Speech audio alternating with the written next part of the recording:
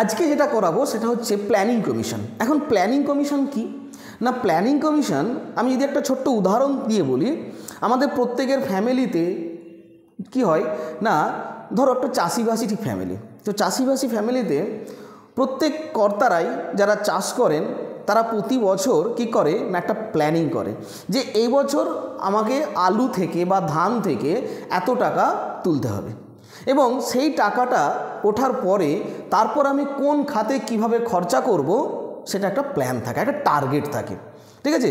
তো ঠিক সেরকমই যে সেই জন্য আমার ধরো এবছর আমি একটা বাড়ি করব, তাহলে বাড়ি করবো মানে তাহলে ঠিক আমি আগের বছর যে আমি 5 বিঘে জমি আলু চাষ করতাম, তাহলে আমাকে কি করতে হবে, আলু চাষটা বাড়াতে হবে, 10 বিঘে করতে হবে, তবে আমার সেখান থেকে লাভ হবে, লাভ হলে তবেই একটা আমি বাড়ি করতে পারবো। তো ঠিক সেরকমই সরকার আমাদের ভারতবর্ষে যে একটা টার্গেট ফিক্স থাকে যে আমি আগামী 5 বছর কি কি করব এবং কত টাকার বাজেট নিয়ে আমরা টার্গেট রাখবো, এবং সেই অনুসারে আমরা সেই প্ল্যানটা ঠিক করব এবং করে তারপরে আমাদের ভারতের জিডিপি বৃদ্ধি করব। তো সেই জন্য কি কি কোন খাতে কোথায় কত টাকা ইনভেস্ট করলে কি হবে না হবে, তো সেইটা একটা প্ল্যানিং করা হয়, ঠিক আছে। তো সেটাকে আমরা বলছি কি না প্ল্যানিং কমিশন। আর এই প্ল্যানিং কমিশন একটা অ্যাডভাইসারি বডি, এটা কোনো কনস্টিটিউশন বা স্ট্যাচুটরি বডি নয়। অ্যাডভাইসারি বডি মানে কি না, সেন্ট্রাল গভর্নমেন্টের প্রাইম মিনিস্টারের তত্ত্বাবধানে তার চেয়ারম্যানশিপে ফিনান্স মিনিস্টার আরও যারা ক্যাবিনেট মিনিস্টার গুরুত্বপূর্ণ যারা আছে তাদেরকে নিয়ে একটা প্ল্যান করা হয় যে আগামী 5 বছর আমরা কি টার্গেট রাখছি, আমাদের কতটা জিডিপি তুলতে হবে এবং কোন কোন খাতে উন্নতি করতে হবে, ঠিক আছে। তো সেই আমাদের যে প্ল্যানিং কমিশনের প্রথম বোর্ড গঠিত হয় সেটা হয় 1946 সালে। এই 1946 সালে প্রথম প্ল্যানিং কমিশনের বোর্ড তৈরি হয় এবং এই বোর্ডের চেয়ারম্যান কে ছিলেন না কেসি নিয়োগী, ওকে। এবং তারপরে এদের সুপারিশে তৈরি হয় প্রথম 15 মার্চ 1950-এ প্ল্যানিং কমিশন গঠিত হয় এবং ওই প্ল্যানিং কমিশনের যিনি এক্স অফিসিও চেয়ারম্যান তিনি কে হবেন না আমাদের প্রাইম মিনিস্টার। তো যেহেতু আমাদের প্রকৃত শাসনকর্তা প্রাইম মিনিস্টার, তো তিনি সবসময় এই চেয়ারম্যান হবে, ওকে। তো আমাদের তাহলে ভারতবর্ষে প্ল্যানিং কমিশনের প্রথম চেয়ারম্যান কে ছিলেন না জওহরলাল নেহরু। আমরা জানি প্রত্যেকেই যে আমাদের জওহরলাল নেহরু ভারতের প্রথম প্রধানমন্ত্রী ছিলেন, আর এর ডেপুটি চেয়ারম্যান ছিলেন প্রথম Gulzarilal Nanda, okay. Deputy chairman Gulzarilal Nanda. তো এরপরে এই প্ল্যানিং কমিশন টোটাল আমাদের 12টা হয়েছিল, ওকে। একদম 1951 সাল থেকে 2017 সাল পর্যন্ত টোটাল 12টা প্ল্যানিং কমিশন হয়। তো এবারে বলেছে 2017 সালের পর কি হয়েছিল, 2017 সালের পর নয় তার আগেই এই প্ল্যানিং কমিশনকে পরিবর্তন করা হয়েছিল। যখন আমাদের ভারতবর্ষে নরেন্দ্র মোদী প্রাইম মিনিস্টার হয়ে আসে 2014 সালে, তারপরে তার হাত ধরে কি হয় এই প্ল্যানিং কমিশন চেঞ্জ হয়। প্ল্যানিং কমিশন চেঞ্জ হয়ে কি হয় নীতি আয়োগ। নীতি আয়োগ কি না national institution for transforming India, এটারই নাম পরিবর্তন করে আর কিছু সিস্টেম চেঞ্জ করে, ক্লিয়ার। তো আমি আগেই বললাম যে এটা একটা কি অ্যাডভাইসারি বডি, কোনো কনস্টিটিউশনাল বডি নয়, অর্থাৎ এটার উল্লেখ সংবিধানে নেই, ক্লিয়ার। তো আমি এই নীতি আয়োগ আলোচনা করার আগে আরেকটা টপিক আলোচনা করব। এই যে প্ল্যানিং কমিশন তৈরি হয়েছে বললাম অ্যাডভাইসারি বডি, তো অ্যাডভাইসারি বডি সেটা থাকছে কার হাতে, প্রাইম মিনিস্টার হাতে। কিন্তু প্রাইম মিনিস্টার যেহেতু আমাদের ভারত যুক্তরাষ্ট্রীয়, ওকে, তো সেখানে প্রাইম মিনিস্টার সমস্ত প্ল্যানিং কমিশনের সমস্ত চিন্তাধারা এবং সিদ্ধান্ত তিনি একা নিতে পারবেন না। কেন নিতে ঠিক পারবেন না, কারণ সমস্ত রাজ্যগুলো নিয়েই তবেই কেন্দ্র সরকার। তো সেই জন্যই এই প্ল্যানিং কমিশনকে আরও ভেরিফাই করার জন্য ভালোভাবে, এবং যে প্ল্যানটা নেওয়া হচ্ছে 5 বছরের জন্য সেইটাকে ভেরিফাই করার জন্য এবং অ্যাপ্রুভ করার জন্য কি তৈরি হয়েছিল না ন্যাশনাল ডেভেলপমেন্ট কাউন্সিল, অর্থাৎ এনডিসি। এটা তৈরি হয় কবে না 6 আগস্ট 1952 সালে, ঠিক আছে। এরাই কি করবে না ফাইনাল অ্যাপ্রুভ দেবে এই প্ল্যানিং কমিশনে, ঠিক আছে। তো এরা কারা? এই এনডিসির সদস্যটি কারা? প্রত্যেকটা রাজ্য অর্থাৎ অঙ্গরাজ্য তাদের চিফ মিনিস্টার প্রত্যেক রাজ্যের, আর তারপরে যেগুলো ইউটি আছে অর্থাৎ ইউনিয়ন টেরিটরি মানে কেন্দ্রশাসিত অঞ্চল, সেই কেন্দ্রশাসিত অঞ্চলের যারা সদস্য, মূল সদস্য, তারা সবাই মিলে এই এনডিসিতে মেম্বার। ঠিক আছে, এনারা হচ্ছে কি করবে না, এই প্ল্যানিং কমিশনে অর্থাৎ যে 5 বছরের জন্য যে প্ল্যান নেওয়া হচ্ছে, কোথায় কোথায় কি শিল্প হবে, কৃষিতে কি করা হবে, কোথায় কত বাজেট, কীরকম যা করা হচ্ছে, ফাইনাল অ্যাপ্রুভাল দেবেন কারা? এই এনডিসি। ঠিক, ওকে। তো তারপরে যখন টোটাল 12টা প্ল্যানিংয়ের পরে যখন প্রধানমন্ত্রী নরেন্দ্র মোদী নীতি আয়োগ করে, তো সেই নীতি আয়োগের একটু সিস্টেম চেঞ্জ করে। কীরকম না, নীতি আয়োগের চেয়ারপারসন হবেন কে? Prime minister. স্যার যেটা আমাদের প্ল্যানিং কমিশনও ঠিক ছিল, এবং সেই নীতি আয়োগও চেয়ারপারসন তিনি হচ্ছে আমাদের প্রাইম মিনিস্টার। এরপরে যিনি ভাইস চেয়ারম্যান হবেন, এই ভাইস চেয়ারম্যান কে নিয়োগ করবে না প্রাইম মিনিস্টারই নিয়োগ করবে। ঠিক আছে, অর্থাৎ নমিনেটেড বাই পিএম। তারপরে যিনি চিফ এক্সিকিউটিভ অফিসার হবে, তাকেও কি করবেন না প্রাইম মিনিস্টারই নিয়োগ করবে। ক্লিয়ার? এরপরে এখানে কিছু মেম্বার আছে, যেমন full time member, part time member, ঠিক আছে, আর তারপর হচ্ছে এক্স অফিসিও মেম্বার। ক্লিয়ার? এই যে যারা পার্ট টাইম মেম্বারে টোটাল ম্যাক্সিমাম 2 ফ্রম রিলিভেন্ট হচ্ছে ইনস্টিটিউশন, এবং তারপরে যারা এক্স অফিসিও মেম্বার তারা হচ্ছে না ফ্রম কাউন্সিল অফ মিনিস্টার, অর্থাৎ এদেরকেও প্রাইম মিনিস্টার নমিনেশন দেবে। ক্লিয়ার? এরপরে আসছি যে নীতি আয়োগ কবে তৈরি হয়েছিল। এই নীতি আয়োগ তৈরি হয়েছিল 1 জানুয়ারি 2015 সালে। তাহলে আমি বললাম যে আমাদের প্ল্যানিং কমিশন লাস্ট যেটা 2012 থেকে 17, 12 হচ্ছে প্ল্যানিং কমিশন, ওই 12 হচ্ছে প্ল্যানিং কমিশনের মধ্যেই কী হয় না, যখন প্রধানমন্ত্রী নরেন্দ্র মোদী 2014 সালে আসেন, তিনি 2015 সালে এটাকে পরিবর্তন করেন। ঠিক আছে, আর এই নীতি আয়োগের হেডকোয়ার্টার্স কোথায়? দিল্লি। এবারে আলোচনা করব এই প্ল্যানিং কমিশন কবে, কোথায়, কিভাবে গঠিত হয় এবং কার আন্ডারে। আমাদের প্ল্যানিং কমিশন যেটা নেওয়া হয়েছিল রাশিয়া থেকে, তো রাশিয়ার ধারণা অনুসারেই কি আমাদের ভারতবর্ষও প্ল্যানিং কমিশন নেওয়া হয়েছে।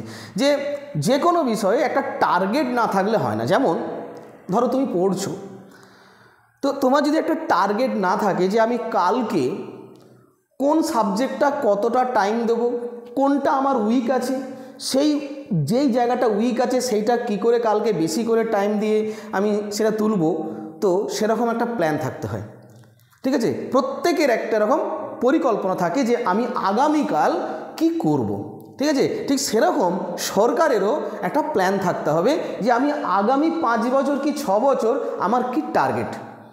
ঠিক আছে, তবেই হবে, নাহলে হবে না কিন্তু। তো সেই জন্যই আমাদের এই ভারতের যে প্ল্যানিং কমিশন সেটা রাশিয়া থেকে নেওয়া হয়েছিল। এবং আমাদের ভারতের father of Indian economy planning তিনি কে না এম বিশ্বেশ্বরা। ওকে, ইনি হচ্ছে আমাদের প্ল্যানিং কমিশনের জনক বলতে পারো। আর নীতি আয়োগ তার চেয়ারম্যান, এগুলো তো বললাম। ঠিক আছে, এবারে আমরা চলে যাব যে আমাদের ভারতের প্রথম প্ল্যানিং কমিশন অর্থাৎ যে পরিকল্পনা নেওয়া হয়েছিল কত সাল থেকে, সেটা হচ্ছে 1951 সাল থেকে। তো এবারে এই 1951 সাল থেকে প্রতি 5 বছর অন্তর তুমি হিসাব করবে। ঠিক আছে, তো 1951 থেকে 56 থেকে 61 এরকমভাবে যাবে। কিন্তু এর মাঝে 3 বার ব্রেক প্ল্যান হয়েছিল। ব্রেক প্ল্যান কি? ওই 3 বার কোনো রকম মানে প্ল্যান নেওয়া হয়নি, অর্থাৎ পরিকল্পনা নেওয়া হয়নি। তার মধ্যে আমি সেটা একটা ছোট্ট জায়গায় লিস্ট করেছি, তো সেটা এক কাছে থাকলেই কী হবে, মনে থাকবে। যেমন 1966 থেকে 1969, 1978 থেকে 1980, আর 1991 থেকে 1992। তো এইগুলো কেন হয়েছিল আমি সব কারণগুলো আস্তে আস্তে একটা একটা করে বোঝাবো। এবারে চলে যাব আমাদের প্রথম পঞ্চবার্ষিকী পরিকল্পনা, যেটা হয়েছিল 1951 সালে শুরু হয়। তো এই পঞ্চবার্ষিকী পরিকল্পনার কি টার্গেট নেওয়া হয়েছিল, অর্থাৎ লক্ষ্যমাত্রা 2.1%। এবারে বলো 2.1% এটা কি লক্ষ্যমাত্রা? আমাদের ভারতের জিডিপি, অর্থাৎ গ্রস ডোমেস্টিক প্রোডাক্ট। ক্লিয়ার? আমার জিডিপির একটা ক্লাস আছে, ওটা দেখে নেবে। তো এরপরে প্রকৃত বৃদ্ধি হয়েছিল 3.6। মানে দেখো 2.1% টার্গেট, সেই টার্গেটকে নিয়ে তারপর যে কাজ করা হয়েছে সেখানে কিন্তু গিয়ে দাঁড়িয়েছে 3.6, অনেকটাই বেশি। ক্লিয়ার? তো এখন এই প্রথম পঞ্চবার্ষিকী পরিকল্পনা যেটা বলা হয় হ্যারল্ড ডোমার মডেল, এর উপর ভিত্তি করে, ঠিক আছে। তো এই দুজন ব্যক্তি এরা হচ্ছে মডেলটা তৈরি করেন যে কি কি করা হবে, ক্লিয়ার। তো এই হ্যারল্ড ডোমার মডেলটি ছিল বহির্মুখী বৃদ্ধির একটা মডেলে অগ্রদূত। সেখানে আমরা কি কি পরিকল্পনা নিয়েছিলাম? সবার প্রথমে ফ্যামিলি প্ল্যানিং অর্থাৎ পরিবার পরিকল্পনা 1952 সালে, ঠিক আছে। আর তারপর 1953 সালে কি করা হয় না এস্টেট ডিউটি চালু করা হয়, ক্লিয়ার। আর এই পরিকল্পনা আর্কিটেক্ট বলা হয় কে না KN রাজ, ওকে। তারপরে এই পরিকল্পনাতে কি কি করা হয়েছিল, অর্থাৎ আমি প্রথমে বললাম যে এই পরিকল্পনার সবথেকে যেটা ফোকাস ছিল সেটা হচ্ছে এগ্রিকালচার, যে ভারতে কৃষি ব্যবস্থাকে আরও বৃদ্ধি করা, ঠিক আছে। তো এই এগ্রিকালচার উপর ফোকাস রেখে আমাদের ইরিগেশন প্রজেক্ট যেগুলোটি করা হয়েছিল সেগুলো কি কি? 1 নম্বর ভাকরা নাঙ্গাল ড্যাম সুতলেজ রিভারের উপর তৈরি হয়, ক্লিয়ার। এই ভাকরা নাঙ্গাল ড্যাম হচ্ছে আমাদের ভারতের সবথেকে বৃহত্তম এবং সবথেকে বেশি জল ধারণ ক্ষমতার একটা বাঁধ তৈরি করা হয়েছিল। এই ড্যাম কেন ঠিক তৈরি করা হয়? ড্যাম তৈরি করার পেছনে যে কারণগুলো তা হচ্ছে আমাদের ভারতবর্ষ মৌসুমি জলবায়ুর দেশ, সারা বছর বৃষ্টিপাত হয় না, ঠিক আছে। তো সারা বছর বৃষ্টিপাত হয় না, বর্ষাকালে বৃষ্টিপাত হয়। তো এই বর্ষাকালে বৃষ্টিপাতের জন্য কি হয়, তারপরে যখন বৃষ্টি আর হয় না তখন কি হবে? তা বর্ষাকালে তো বৃষ্টি হচ্ছে, কিন্তু তারপর কি হবে? তো সেই জন্যই যাতে জলটাকে ধরে রাখা হয়, যেখানে যখন আর বৃষ্টি হবে না তখন সেই জলটা কাজে লাগানো, আর তারপর বন্যাকে নিয়ন্ত্রণ করা। তো এই বিভিন্ন উদ্দেশ্য নিয়ে কী হয়, যাকে বলা হয় বহুমুখী নদী পরিকল্পনা। এই ভাকরা নাঙ্গাল ড্যাম যেটা তৈরি হয়েছিল সুতলেজ নদী, অনেক পরীক্ষাতে আসে যে ভাকরা নাঙ্গাল ড্যাম কোন নদীর উপর গড়ে উঠেছিল? সুতলেজ নদী, ঠিক আছে, পাঞ্জাবে। এবং তারপরে হীরাকুদ ড্যাম কোথায় না মহানদী, উড়িষ্যা। তো এই ভাকরা নাঙ্গাল আর হীরাকুদ, ভাকরা নাঙ্গাল বললাম যে আমাদের ভারতের সবথেকে বৃহত্তম জলধারণ ক্ষমতা একটা বাঁধ, ঠিক আছে। আর হীরাকুদ বাঁধ হচ্ছে পৃথিবীর মধ্যে সবথেকে লংগেস্ট ড্যাম, ক্লিয়ার। তো এটাও তৈরি হয়েছিল কি এই পরিকল্পনা আন্ডারেতে, অর্থাৎ 1951 থেকে 56 যে প্রথম পঞ্চবার্ষিকী পরিকল্পনা, সেই প্রথম পঞ্চবার্ষিকী পরিকল্পনাতে তৈরি হয়। তারপরে আমাদের পশ্চিমবঙ্গে যেটা তৈরি ছিল দামোদর ভ্যালি ড্যাম, DVC, ঠিক আছে, আমাদের হচ্ছে ওয়েস্ট বেঙ্গল। এই যে আমাদের ভাকরা নাঙ্গাল ড্যাম প্রচুর জলধারণী ক্ষমতা, সবথেকে উচ্চতম এবং সবথেকে বৃহত্তম, হাইয়েস্ট, ঠিক আছে। আর তারপরে মহানদীর উপর হচ্ছে গড়ে উঠেছে উড়িষ্যাতে, মহানদীর উপর যেটা গড়ে উঠেছে সেটা হচ্ছে কি না ওয়ার্ল্ড লংগেস্ট ড্যাম, যাকে আমরা বলি হীরাকুদ ড্যাম, হীরাকুদ বাঁধ, ক্লিয়ার। এবং তারপরে আমাদের পশ্চিমবঙ্গে যেটা হয়েছে কি না ফারাক্কা ব্যারেজ, তোমরা যেটা জানো, হ্যাঁ, অর্থাৎ সেটাও DVCতে। দ্বিতীয় পরিকল্পনা কবে হয়েছিল? আমি বললাম যে 5 বছর ছাড়া, তাহলে 1951 থেকে যদি 56 হয়, আবার 56 থেকে 61, তাই হয়েছিল 1956 থেকে 61 সাল পর্যন্ত। তো এর বৃদ্ধির লক্ষ্যমাত্রা কি? তো বৃদ্ধির লক্ষ্যমাত্রা আমি আগেই ঠিক বলেছি, আমাদের জিডিপি, ভারতে যে জিডিপি মানে বৃদ্ধি পাওয়া, সেটার লক্ষ্যমাত্রা টার্গেট ছিল 4.5%, ক্লিয়ার। আর প্রকৃত বৃদ্ধি পেয়েছিল 4.27%, ওকে। এই দ্বিতীয় পরিকল্পনাতে কি করা হয়েছিল এবং এর মডেলটার নাম ছিল নেহেরু মহালানবিশ পরিকল্পনা বলা হয়, ক্লিয়ার। এতে যেটা প্ল্যান করা হয়েছিল, যে টার্গেট নেওয়া ছিল শিল্প। আমি প্রথমে বললাম যে কৃষিতে ফোকাস করা হচ্ছে, আর ঠিক দ্বিতীয় পরিকল্পনাতে শিল্পে ফোকাস করা হচ্ছে, ঠিক আছে। তো সেইখানে কৃষি থেকে শিল্পে রূপান্তর করা হলো, কারণ কৃষি থেকে শিল্প যদি না করা হয় তাহলে তার বিজনেস যদি না বাড়ানো হয় তাহলে আয় কম হবে, ঠিক আছে। তো সেখানে আয় বৃদ্ধির জন্য কি করা হলো না কৃষি থেকে শিল্পে স্থানান্তর করা হলো। এবারে যে শিল্পগুলো হবে, তো ওই মুহূর্তে ভারত সবে স্বাধীন হয়েছে, অর্থনৈতিক পরিস্থিতি খুব একটা ভালো না, এবং তারপরে এই যে 56 সাল থেকে 61, ওই সময় ভারতবর্ষে যেটা সবথেকে বড় সমস্যা চলছে সেটা হচ্ছে উদ্বাস্তু সমস্যা। পাকিস্তান থেকে ভারতে আসছে, বাংলাদেশ থেকে ভারতে আসছে, এদিক সেদিক করছে। তো ওই সময় সরকার মানে সব দিকটা দেখতে হিমশিম খায়, কিন্তু তা সত্ত্বেও কিন্তু দেশের কল্যাণের জন্য এই টার্গেটগুলো নেওয়া হয়েছিল। আর তারপরে সবথেকে যেটা বড় সমস্যা, ওই সময় আমাদের ভারতবর্ষে যে রাজ্যগুলো ভাগ হয়, ভাষার ভিত্তিতে যে রাজ্যগুলো ভাগ হয়েছিল এই সময়তেই হয়েছিল। তো তাহলে একসঙ্গে কতগুলো মাথায় বোঝা চেপেছে। তো সেই জন্যই অর্থনৈতিক পরিস্থিতি ওই সময় ভালো ছিল না। তো যে কারণে অর্থনৈতিক পরিস্থিতি ভালো না থাকাটির কারণে যদি শিল্প করতে হয় তাহলে আমাকে বিদেশি সাহায্য নিতে হবে, ঠিক আছে। তো এই বিদেশি সাহায্য নেওয়া হয়েছিল রাশিয়া, ইংল্যান্ড অর্থাৎ ব্রিটেন এবং জার্মানি থেকে। এই তিনটে দেশ থেকে অর্থনৈতিক সাহায্য নিয়ে আমাদের ভারতবর্ষে শিল্প আনা হয়েছিল।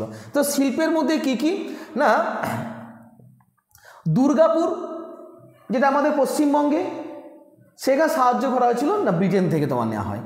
ভিলাই সেটা হচ্ছে রাশিয়া থেকে, এবং রাউরকেল্লা স্টিল প্ল্যান্ট যেটা জার্মানি থেকে সাহায্য নেওয়া হয়েছিল। নেওয়ার পরে আমাদের শিল্পগুলো তৈরি হয়। এই দেখো দুর্গাপুর যেটা ওয়েস্ট বেঙ্গলে ঠিক তৈরি হয় আমাদের ব্রিটেন থেকে সাহায্য নেওয়া হয়, যে লৌহ ইস্পাত শিল্প কারখানা বলি আমরা, ঠিক আছে। তারপরে ভিলাই স্টিল প্ল্যান্ট যেটাকে ছত্তিশগড়ে আছে, ওকে, এই ভিলাই স্টিল প্ল্যান্ট রাশিয়ার সাহায্যে নেওয়া হয়। আর তারপরে রাউরকেল্লা অর্থাৎ উড়িষ্যাতে যে স্টিল প্ল্যান্টটা হয়েছিল না জার্মানির সাহায্য নিয়ে, ক্লিয়ার। এটা ছাড়াও আরেকটা প্ল্যান নেওয়া হয়েছিল, সেটা হচ্ছে কি না গ্রামীণ শিল্প, ঠিক আছে। এই গ্রামীণ শিল্প কি, তো গ্রামীণ শিল্প কি, তো কুটির শিল্পের মধ্যে যেটা আনা হয়েছিল সেটা খাদি। খাদি এই যে সিম্বল দেখতে পাচ্ছ, এই খাদি এটা তৈরি করে দিয়ে গেছিলেন আমাদের গান্ধীজি। খাদি কি, আমাদের দেশের তৈরি যে কার্পাস অর্থাৎ সুতির তৈরি বস্ত্র অর্থাৎ কুটির শিল্প হিসাবে, সেটা তখন এখানে সরকারিভাবে আনা হয়। এখন বিভিন্ন জায়গায় দেখবে খাদি স্টোর আছে, সেখানে শুধুমাত্র আমাদের দেশে সুতির তৈরি যে সমস্ত জামা কাপড় সেগুলো এখনও পাওয়া যায়, ঠিক আছে। তো এইটা এই দ্বিতীয় পরিকল্পনাতে এটা আনা হয়েছিল।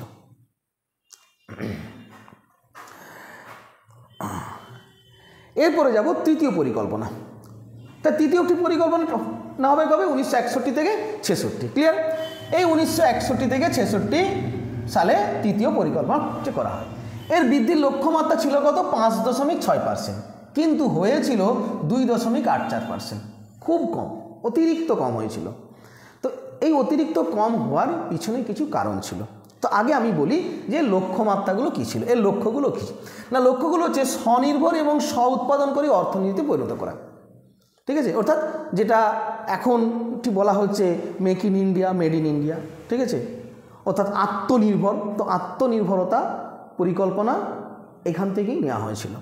তারপরে বৃহৎ ভারী শিল্পায়ন এবং খাদ্যশস্য উৎপাদনে মনোযোগ দেওয়া, আর শিল্পকে সমর্থন করার জন্য কৃষিকে অগ্রাধিকার দেওয়া হলো।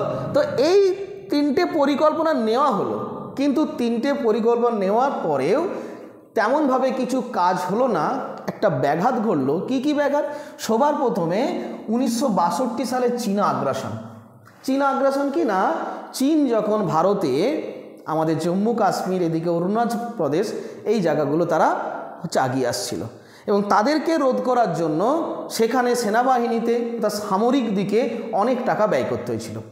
শুধু এখানেই থেমে নেই, তারপর আবার 1965 সালে ভারত পাকিস্তান যুদ্ধ, ঠিক আছে। তো এইগুলো কেন হয়েছিল সেইগুলো ইতিহাসের সাবজেক্ট অর্থাৎ ইতিহাসের বিষয়, আমি ওইগুলো ওখানে বলবো। এবং তারপরে 1965 থেকে 66 সালে প্রচুর খরা হয়েছিল।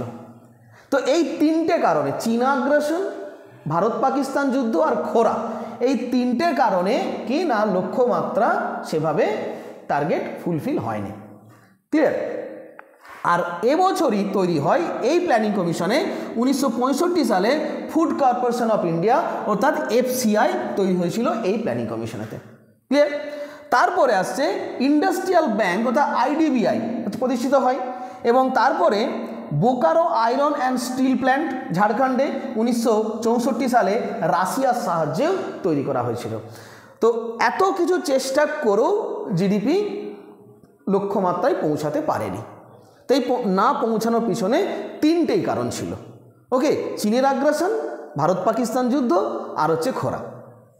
এরপরে এই পরিকল্পনায় আরেকটা সবথেকে উল্লেখযোগ্য পরিবর্তন যেটা হয়েছিল সেটা হচ্ছে গ্রিন রেভলিউশন। গ্রিন রেভলিউশন মানে কি, যেটা আমরা বাংলায় বলি সবুজ বিপ্লব। তো এই গ্রিন রেভলিউশন তৈরি হয়েছিল আমাদের গম চাষের উপর থেকে, ঠিক আছে, অর্থাৎ গম চাষকে কেন্দ্র করে। কারণ এই গ্রিন রেভলিউশন 1965 সালে গভর্নমেন্ট অফ ইন্ডিয়া লঞ্চ করেছিল কি না, আমাকে বলা হয় যে ফাদার অফ গ্রিন রেভলিউশন যদি প্রশ্ন পড়ে তাহলে MS স্বামীনাথন। ঠিক আছে, অর্থাৎ MS স্বামীনাথন ইনি হচ্ছে আমাদের ভারতের গ্রিন রেভলিউশন অর্থাৎ সবুজ বিপ্লবের জনক। কিন্তু এই সবুজ বিপ্লবের প্ল্যান কার মাথা থেকে এসেছিল? The father of green revolution Norman Borlaug. যদি বলা হয় যে ফাদার অফ গ্রিন রেভলিউশন তখন হবে নরমান বরলোগ। আর যদি বলা হয় আমাদের ভারতের father of green revolution of India তখন বলা হবে MS স্বামীনাথন। আমাদের ভারতে এনেছিলেন MS স্বামীনাথন।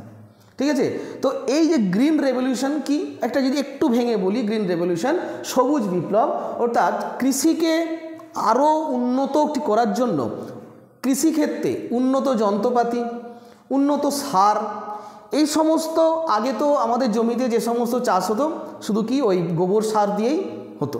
ঠিক আছে, তারপরে উন্নত বীজ, আমরা আগে যখন চাষ করতাম, আগে যারা চাষ করেছে এই সময়তে তখন কি হয় না বীজ কি করা হতো না এবছরের চাষ থেকেই সেটা রেখে দিয়ে পরের বছর আবার সেটা চাষ করা হতো, এতে বেশি ফলন হতো না। ঠিক আছে, তো এই সবুজ বিপ্লব দ্য গ্রিন রেভলিউশনে কি করা হলো, উন্নত বীজ, উন্নত সার, উন্নত যন্ত্রপাতি দিয়ে যাতে চাষে অনেকটা ফলন বৃদ্ধি করা যায়। ক্লিয়ার? এরপরে আসবো তৃতীয় বার্ষিক পরিকল্পনা, আমরা যাকে বলি প্ল্যান হলিডে। এখন কথা হচ্ছে এই যে প্রথমে ঠিক বলেছিলাম যে 66 থেকে 69 এই 3 বছর কোনো রকম প্ল্যান নেওয়া হয়নি, যাকে আমরা প্ল্যান হলিডে বলি। তো এই প্ল্যান নেওয়া হয়নি কেন ঠিক তেমনভাবে না, ওই যে আগে যে তৃতীয় পরিকল্পনাতে কি করা হয়েছিল, অনেকটা লক্ষ্যমাত্রা কম হয়ে গেছিল। ঠিক আছে, তো এই ধরনের সমস্যার জন্য লক্ষ্যমাত্রা কম হয়। এই লক্ষ্যমাত্রা কম হওয়ার জন্যই ওটাকে আরও ফুলফিল করার জন্য 3 বছর ব্রেক নেওয়া হয়েছিল। ওই তৃতীয় পরিকল্পনাটাকে আবার রিটার্ন করে তৈরি করা হয়। ঠিক আছে, তো এতে সম্পূর্ণ কৃষি কৌশল বাস্তবায়িত করা হয়। ওই যে বললাম গ্রিন রেভলিউশন, ঠিক আছে, উন্নত ফলনশীল বীজ, তারপরে সারের ব্যাপক ব্যবহার, সেচ সম্ভাবনা বিকাশ, মৃত্তিকা সংরক্ষণ। ঠিক আছে, ওই তার তৃতীয় পরিকল্পনার লক্ষ্যমাত্রা পূরণের যে ঘাটতিগুলো ছিল সেই ঘাটতিগুলো মেটানোর জন্যই প্ল্যান হলিডে করা হয়েছিল। প্রথম প্ল্যান হলিডে 1966 থেকে 1969 3 বছরে করা হয়েছিল। ক্লিয়ার? এরপর আসছে চতুর্থ পরিকল্পনা 1969 থেকে 1974। ঠিক আছে, এখানেও 5.7% GDP টার্গেট ছিল, কিন্তু হয়েছে কত না 3.30%। এর মডেলটার নাম কি না অশোক রুদ্রা এবং অ্যালন এস মানি। ক্লিয়ার? তো এই পরিকল্পনাতে প্রথম 2 বছর খুব বেশি উৎপন্ন হয়েছিল। তো সেই জন্য এই মডেলটার নাম হচ্ছে কি না রুদ্র অ্যালেন মডেল। ক্লিয়ার? তো এই 5 ইয়ার প্ল্যানেতে কি প্ল্যান করা হয়েছিল না, তাতে প্রথম 2 বছর ব্যাপক উৎপন্ন হয়, কিন্তু পরের 3 বছর বর্ষা কম হয়েছিল, স্বল্প বর্ষা, যে কারণে লক্ষ্যমাত্রাও এতেও পূরণ হয়নি। ঠিক আছে, এতে কি করা হয় না ব্যাংকের জাতীয়করণ করা হয়, কয়েকটা ব্যাংকে ন্যাশনালাইজেশন করা হয়। ঠিক আছে, এবং তারপরে আরেকটা যেটা সিদ্ধান্ত নেওয়া হয়েছিল, যারা রাজপুরুষ, এই রাজপুরুষদের সরকারি ভাতা দেওয়া বন্ধ করা হয়েছিল। ঠিক আছে, তো সেই স্বাধীনতা থেকে একটা হয়ে এসেছিল যে রাজপুরুষদেরকে কি না ভাতা দেওয়া, তো ওটাকে বন্ধ করে দেওয়া হয়। এবং তারপরে 1969-এ 14টা ব্যাংক টোটাল ন্যাশনালাইজ হয়েছে। আগেই বললাম যে ব্যাংকের জাতীয়করণ, এই ব্যাংকের জাতীয়করণে এই বছরই টোটাল 14টা ব্যাংক জাতীয়করণ হয়েছিল। এবং তারপরে আবার 1971 সালে ভারত পাক যুদ্ধ, এই 1971 সালে ভারত পাকিস্তান যুদ্ধ হয়েছিল বাংলাদেশের জন্য। ক্লিয়ার? তো এই বাংলাদেশ তারা নিজেরা চাইছে আমরা দেশ চাই, ওকে, সেই জন্য পাকিস্তান বাংলাদেশ হামলা করে, আর তখন বাংলাদেশ কী করে, বাংলাদেশে অনেক লোক ভারতবর্ষে ঢুকতে থাকে।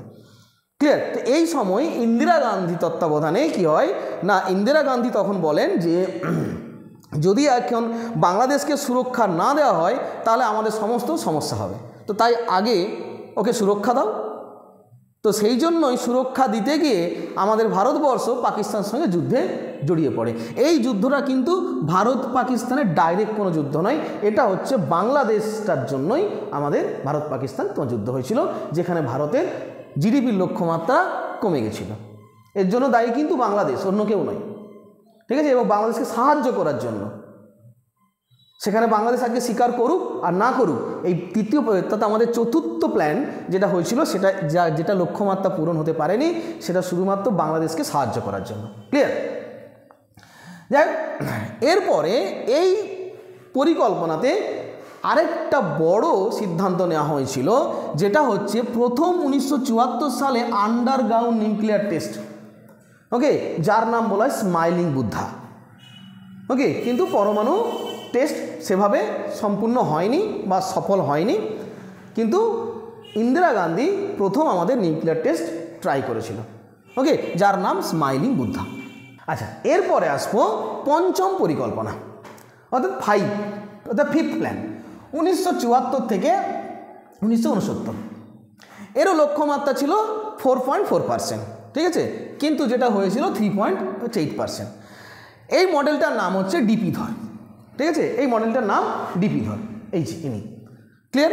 তো এই মডেলে কি ছিল না, প্রথমে যেটা টার্গেট নেওয়া হয় দারিদ্র দূরীকরণ, গরিবি হটাও। আমরা প্রত্যেকেই জানি এই গরিবি হটাও ধ্বনিটা আমাদের প্রাইম মিনিস্টার ইন্দিরা গান্ধী প্রথম উল্লেখ করেছিলেন, অর্থাৎ গরিবি হটাও, এবং অর্থনৈতিক স্বনির্ভরতা অর্জন।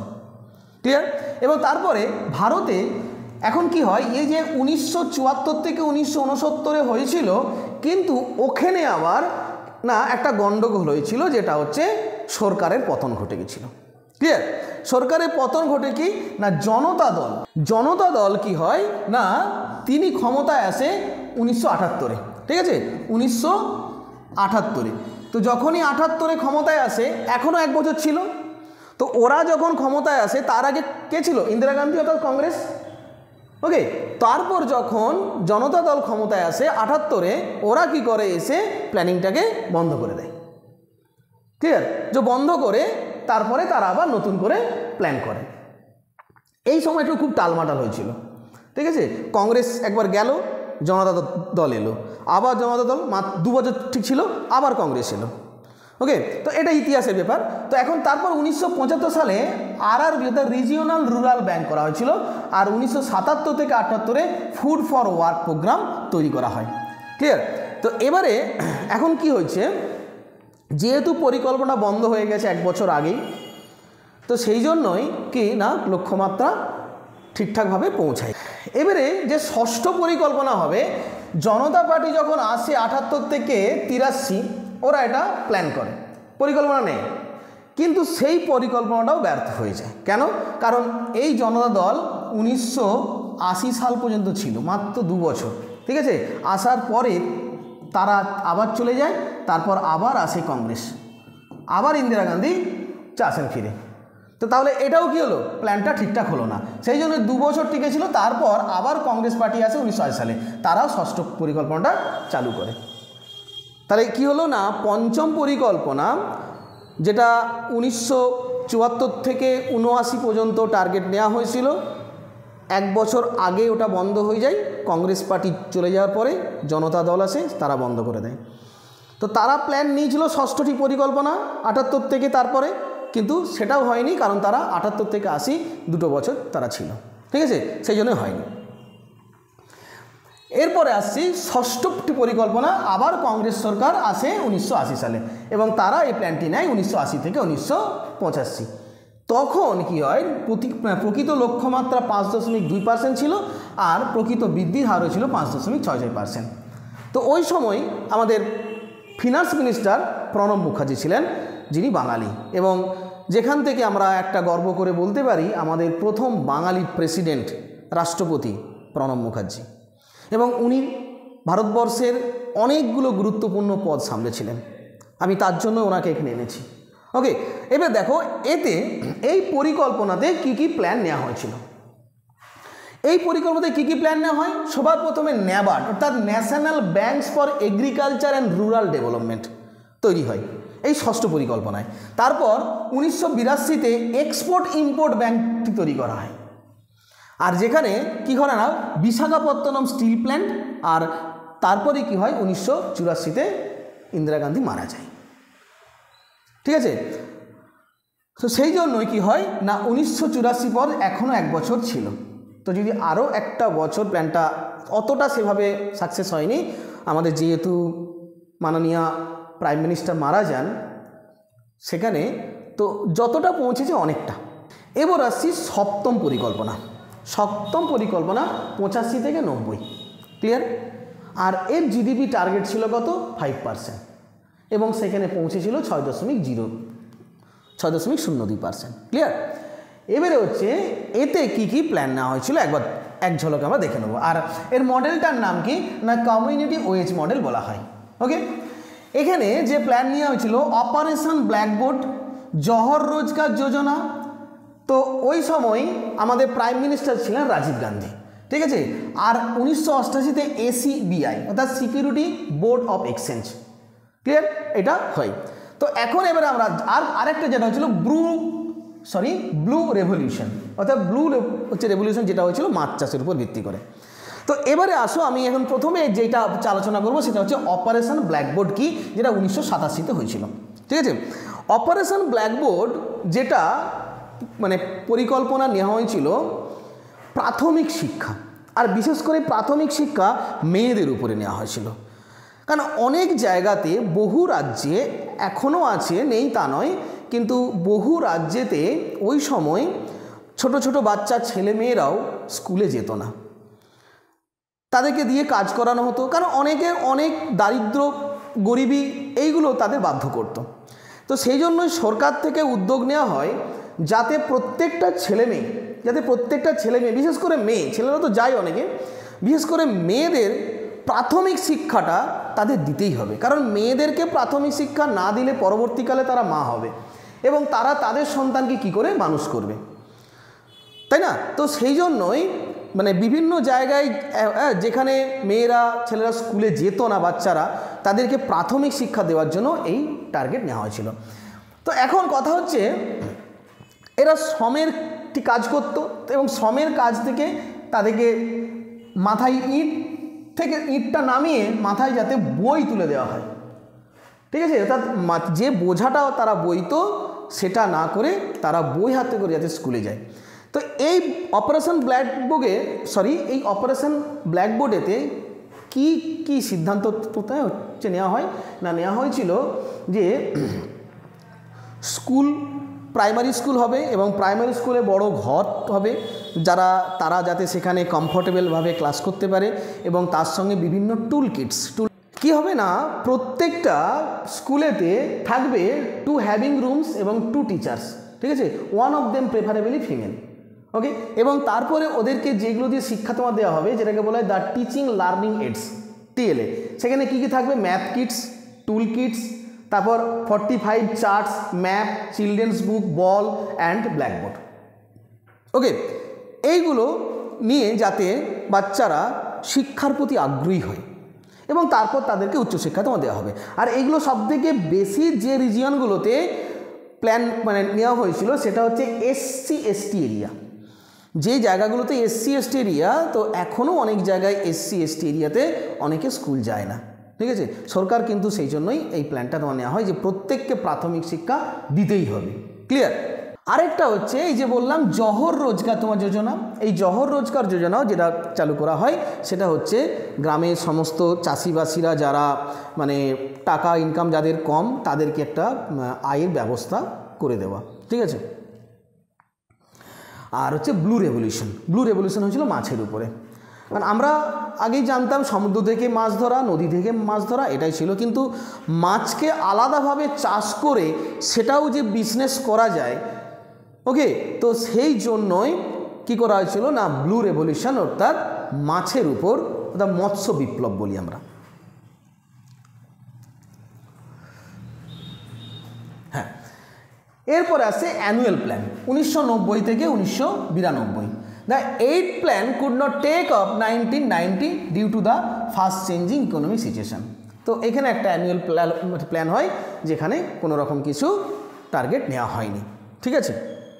একবার দাঁড়াও, এবারে আসবো অষ্টম পরিকল্পনা 1992 থেকে 97। তাহলে একবার একটু আগেরগুলো আলোচনাটি করে নিই।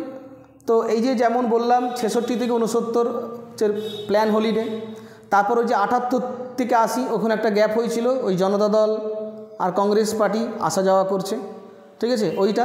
আর এর আগে যেটা বললাম 1990 থেকে 92 অ্যানুয়াল প্ল্যান, ক্লিয়ার। এবারে আসছি অষ্টম পরিকল্পনা। অষ্টম পরিকল্পনার লক্ষ্য ছিল কত? 5.6%, আর প্রকৃত বৃদ্ধি হয়েছিল 6.7, অনেকটা বেড়েছিল। ওকে, এখানে আর লিডারশিপ ছিলেন কে না পিভি নরসিমা রাও, আর মডেলটার নাম কি? John W Miller model, clear. তো এই পিভি নরসিমা রাওয়ের লিডারশিপেতে কী হয়েছিল না কর্মসংস্থানকে নিশ্চিত করা হয়েছিল, ঠিক আছে। আর তারপর হচ্ছে 1995 সালে যেটা সবথেকে বড় পরিকল্পনা ছিল মিড ডে মিল, প্রত্যেক প্রাইমারি স্কুলেতে মিড ডে মিলের ব্যবস্থা। ওকে, মিড ডে মিল কি না মিড ডে মিল হচ্ছে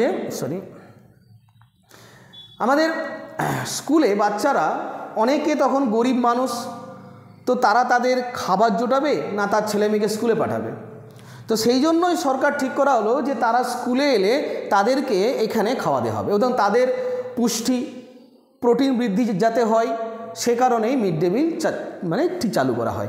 এরপরে যেটা করা হয় new economy policy launched LPG reforms. LPG কি না লিবারাইজেশন, প্রাইভেটাইজেশন অ্যান্ড গ্লোবালাইজেশন।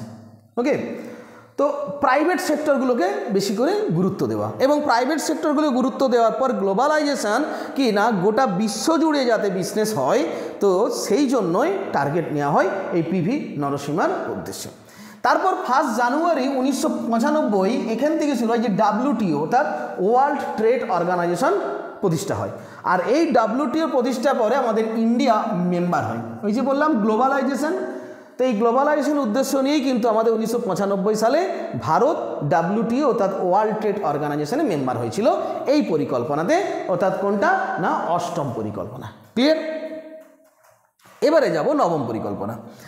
নবমে কী হয়েছিল না নবম পরিকল্পনা যেটা তৈরি হয় 1997 থেকে 2002, এর লক্ষ্যমাত্রা ছিল 6.5%, হয়েছিল 5.35%। লিডারশিপ কে ছিলেন? আমাদের prime minister Atal Bihari Vajpayee, clear. তো এতে কি করা হয় না কৃষি ও গ্রামীণ উন্নয়নকে অগ্রাধিকার দেওয়া হয়। আর অন্তোদয় আন্না যোজনা, এই অন্তোদয় আন্না যোজনা কি না সরকার থেকে যারা রুরাল এবং আরবান এরিয়ায় প্রচণ্ড গরিব দারিদ্র সীমার নিচে বাস করে তাদেরকে মাসে 35 কেজি করে চাল দেওয়া হবে মাত্র 1 টাকা কেজি হিসাবে। আবার এর সঙ্গে গম দেওয়া হবে, সেটাও 2 টাকা কেজি হিসাবে। এটাকে আমরা বলছি অন্তোদয় আন্না যোজনা, যেটা 2000 সালে চালু করা হয়।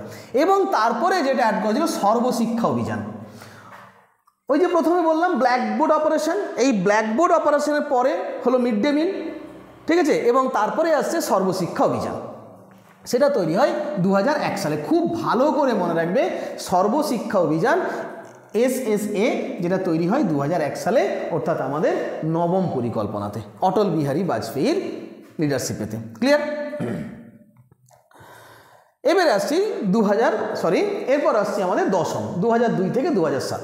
লক্ষ্যমাত্রা ছিল 8.1, প্রকৃত বৃদ্ধি হয়েছিল 7.6, অর্থাৎ জিডিপি লক্ষ্যমাত্রা 8.1 টার্গেট নেওয়া হয়েছিল, কিন্তু বৃদ্ধি হয়েছিল 7.6। এখন এখানে কি করা হয়েছিল না এখানে 2007 সালে 5% দারিদ্র্যের অনুপাত কমিয়ে আনা হয়, ক্লিয়ার।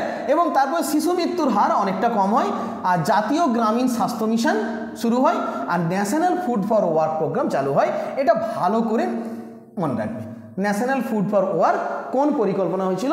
সেটা হচ্ছে দশম পরিকল্পনায়, ঠিক আছে। এতে আর তেমন কিছু গুরুত্বপূর্ণ বিষয় ছিল না। এবারে আসবো একাদশ পরিকল্পনা 2007 থেকে 2012। লক্ষ্যমাত্রা ছিল 9%, প্রকৃত বৃদ্ধির হার 8%। তো তখনও কিন্তু আমাদের ওই সময় আবার ফিনান্স মিনিস্টার প্রণব মুখার্জি ছিলেন। আর তারপর prepare by professor C Rangarajan. তো এই পরিকল্পনাটা তৈরি করেছিলেন সি রঙ্গরাজন। তো এতে কি করা হয় না প্রায় 70 মিলিয়ন কাজের সুযোগ তৈরি করা হয়, আর সাক্ষরতার হার লিঙ্গ ব্যবধানে 10% কমিয়ে হয়। তা ছেলে মেয়েদের মধ্যে যে সাক্ষরতার হার যেটা ব্যবধান ছিল সেটা 10% কমানো হয়। আর 2007 সালে প্রতিটি গ্রামকে টেলিফোন মাধ্যমে সংযুক্ত করার চেষ্টা করে। আর তারপরে আরেকটা ছিল ব্রডব্যান্ড, অর্থাৎ প্রত্যেক গ্রামে ব্রডব্যান্ড প্রদান করা, যেটা যদিও সম্ভব হয়নি এখনো। আর তো লাস্ট হচ্ছে কি না দ্বাদশ, অর্থাৎ 2012 থেকে 2017। এর লক্ষ্যমাত্রা ছিল 8.2, কিন্তু প্রকৃত বৃদ্ধির হারটা হিসাব হয়নি। তার কারণ 2015 সালে কি করা হয় না নীতি নীতি আয়োগ 2015 সালে তৈরি হয়। তার মানে 2000 অর্থাৎ দ্বাদশ পরিকল্পনা 2012 থেকে হলো, এটার তেমন কোনো ব্যাখ্যা নেই। ক্লিয়ার? এই হলো আমাদের 5 ইয়ার প্ল্যানিংয়ের হচ্ছে ঘটনা। তো একবার এবার একটা সামনে একটা লিস্ট দেখতে পাচ্ছ, যেটা হচ্ছে 5 ইয়ার প্ল্যানিংয়ে একটু ভালো করে দেখে নাও, যেখানে কোন বছর কোন প্ল্যানেতে কতটা বেশি বৃদ্ধি পেয়েছিল আর কোন প্ল্যানেতে অনেকটা লস হয়েছিল, অর্থাৎ কতটা কম বৃদ্ধি পেয়েছিল, এটা স্ক্রিনে দেওয়া হচ্ছে, দেখে নেবে।